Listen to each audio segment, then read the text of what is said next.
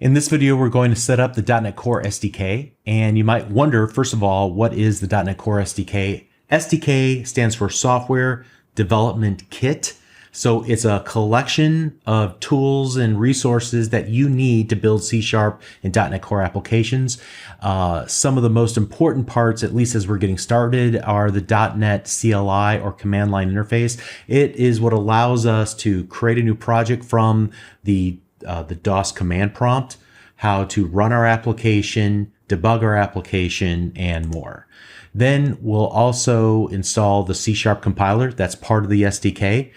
This is what takes the code that you write and turns it into a .NET assembly so that it can be executed in the .NET Core runtime. The .NET Core runtime is this environment that hosts your compiled assembly, and it takes care of things like memory management. It takes care of permissions to make sure that you don't try to do something destructive on the end user's computer, and a lot more. And then also you'll have access to the .NET library. So this is a library of thousands and thousands of functions that do all sorts of things.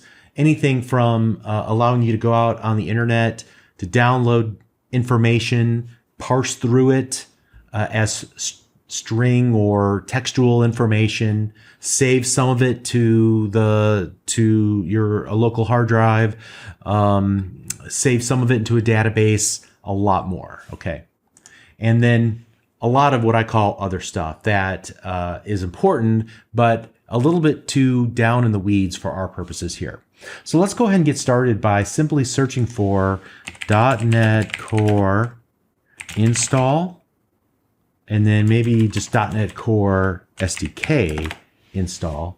And that should lead us to a page that looks something like this. Now there's several links here. I'm looking for this one. It's currently hosted at .net.microsoft.com/download, but URLs change often. So that's why I'm sending you to a search engine first to look for this. And it should look something like this. You don't need a big long explanation. All you need is the link to download .NET Core SDK, not the runtime.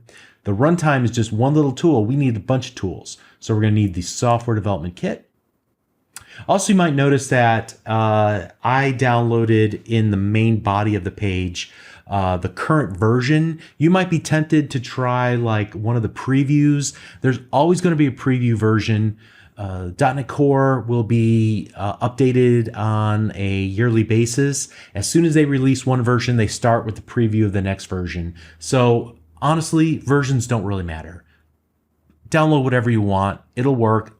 If it ever is a problem, I will tell you in advance that make sure you have this specific version, because what I'm telling you only works with the absolute latest stuff. Otherwise, you can use any version. Just download the latest whenever you're watching this video and you'll be fine. I promise, I promise, I promise you, okay?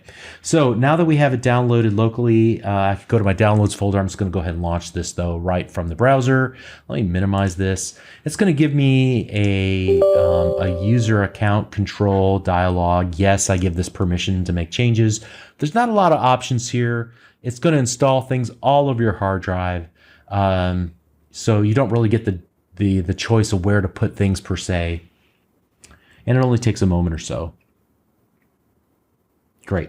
Okay, a couple good links at the end. Here's what I want to do. I'm going to type in CMD in the search bar, and that should match up with the command prompt app. I'm going to go ahead and launch that. And the first thing I'm going to do now that I've launched it is right click and pin to taskbar. All right, so now it's always in my taskbar, even if I shut it down. And then I'm going to move it over here to the very first position. And so what that allows me to do is to launch the command prompt using the Windows key and the number 1, since it's in the first position of my taskbar. I do that a lot. And so I would encourage you to do something along those lines. So you want to get to that, be able to get to that command prompt fairly easily. All right, it puts me in my users folder. It doesn't really matter for this particular operation. What I want to do is just type in .NET -- version just to see what's currently installed on my hard drive. It installed 3.1.300. It's likely that you have a newer version. And again, it does not matter. It will not change your experience at all. Okay. Just want to make sure it's installed correctly though. And it looks like we're good to go. So let's move on to Visual Studio Code in the next video. See you there.